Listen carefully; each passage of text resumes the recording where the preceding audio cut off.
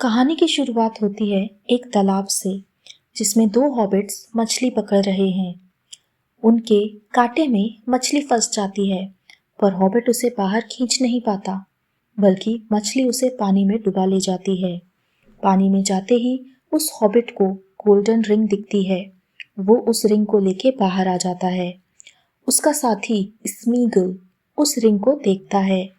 दोनों रिंग के वश में हो जाते हैं और रिंग के लिए लड़ने लगते हैं और स्मीगल अपने साथी को मार देता है। उसके बाद उसके गांव वाले उसे निकाल देते हैं। स्मीगल अब गुफा में रहता है, मछली खाता है और बहुत बदल चुका है। अब वो गोलम बन चुका है। अब कहानी फिर से शुरू होती है, जहां फ्रोडो और सैम को गोलम मॉर्डोर तक लेके जा रहा है। यहाँ पर जब हॉबिट्स सोते हैं तब गोलम खुद से बातें करता है। उसका एक मन फ्रोडो का साथ देना चाहता है और दूसरा मन उसे मार देना चाहता है। उसकी ये बातें सैम सुन लेता है और उस पर हमला कर देता है। फ्रोडो सैम को रोकता है और कहता है कि हमें मॉर्डोर तक सिर्फ ये ही ले जा सकता है। हमें इसकी ज़रूरत है। व्हाइट गैंडल्फ, गिमली, किंग और एल्फ सब आइजनगार्ड पहुंच जाते हैं। वहां एंट ने सोरोमन को बंदी बना लिया है। गैंडल्फ सोरोमन को सौरॉन के सारे राज बताने को कहता है, पर वो मना कर देता है। तभी उसके पीछे एक और आदमी आता है जिसने रोहान के राजा पर सौरॉन का जादू किया था। वो सोरोमन को मार देता है और तभी एल्फ तीर चला के उसे मार देता है। दोनों मर जाते हैं।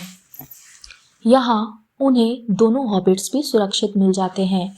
सोरोमन के पास एक काला गोला नीचे गिरता है, जिससे गैंडल्फ अपने पास रख लेता है। रात में जब सब सो जाते हैं तब पिपिन गैंडल्फ के पास से वो गोला ले लेता है और उसे छूते ही उसमें से आग जैसी निकलने लगती है और सौरॉन की आग से बनी आंख उसे दिख जाती है। असल में सोरोमन इसी गोले से सौरॉन से बात किया करता था।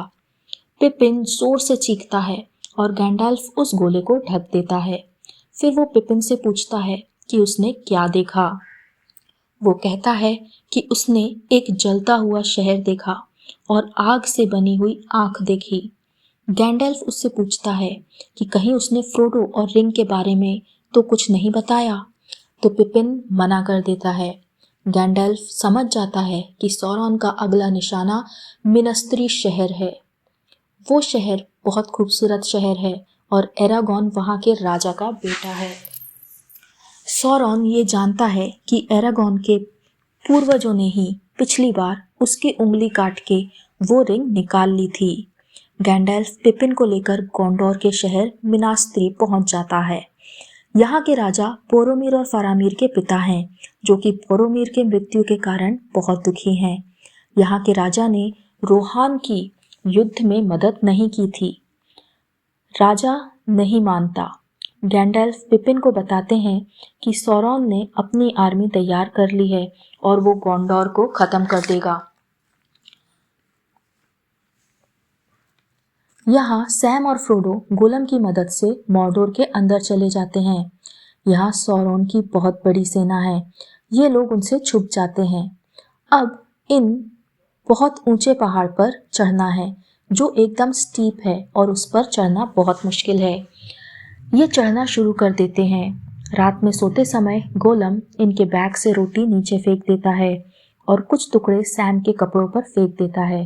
जब ये दोनों बैग में रोटी ढूंढते हैं तो उन्हें नहीं मिलती। अब सैम कहता है कि गोलम ने ही रोटी चुराई है, तो वो कहता है कि मैं तो रोटी खाता भी नहीं, और सैम के कपड़ों पर रोटी के टुकड़े दिखाता है। सैम को गुस्सा आ जाता है और वो उस पर कूद पड़ता है। फ्रोडो उसे रोकता है। फ्रोडो की हालत बहुत खराब हो चुकी है क्योंकि रिंग की ताकत बढ़ती जा रही है।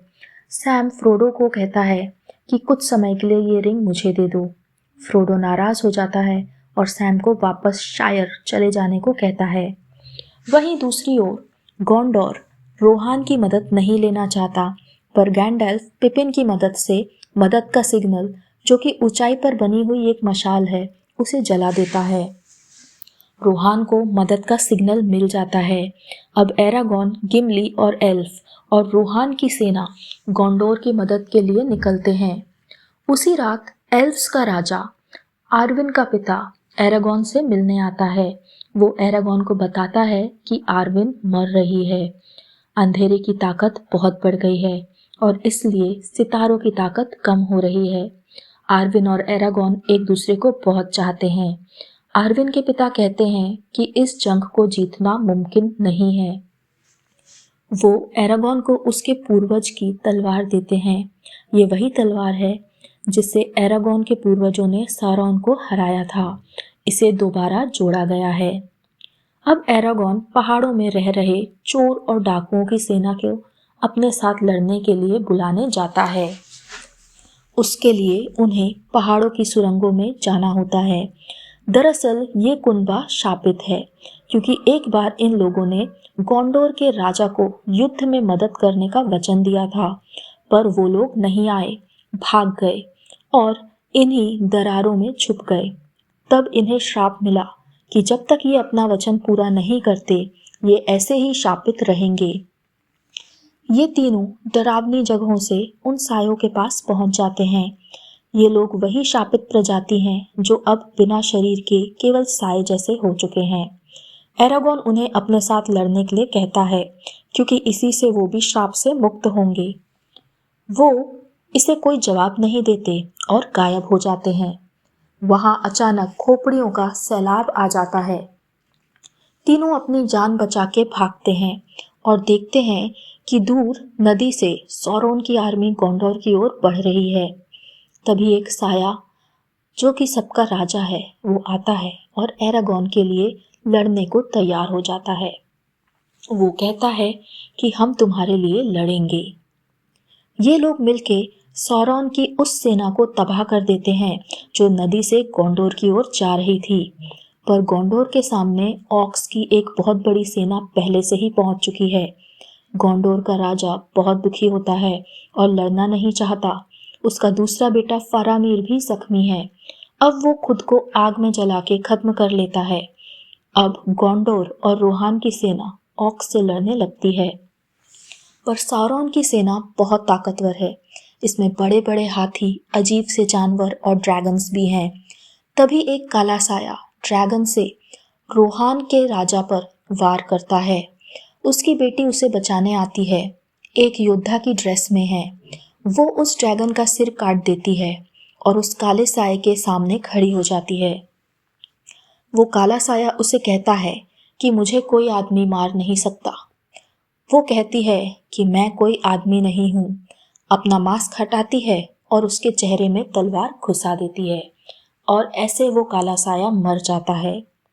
अब बंदरगाह पर ऑक्स की एक सेना नदी से आने वाली सेना का इंतजार कर रही होती है।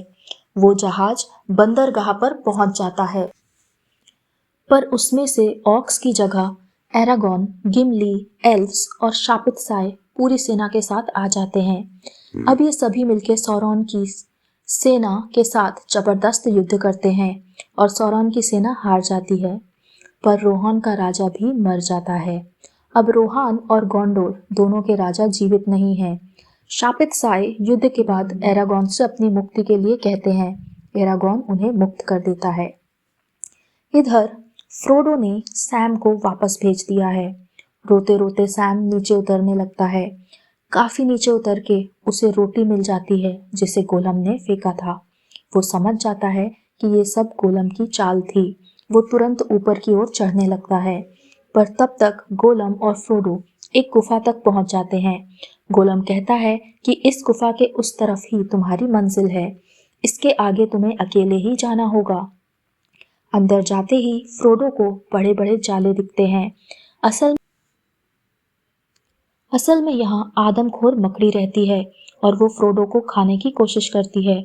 फ्रोडो जैसे तैसे अपनी जान बचाता है, पर गोलम उस पर हमला कर देता है क्योंकि उसे अपनी रिंग वापस चाहिए। हाथापाई में गोलम पहाड़ से नीचे गिर जाता है। फ्रोडो आगे बढ़ता है, पर उस पर मकड़ी हमला कर देती है। वो बेहोश हो जाता है। मकड़ी उसे अपने जाल में लपेट लेती है।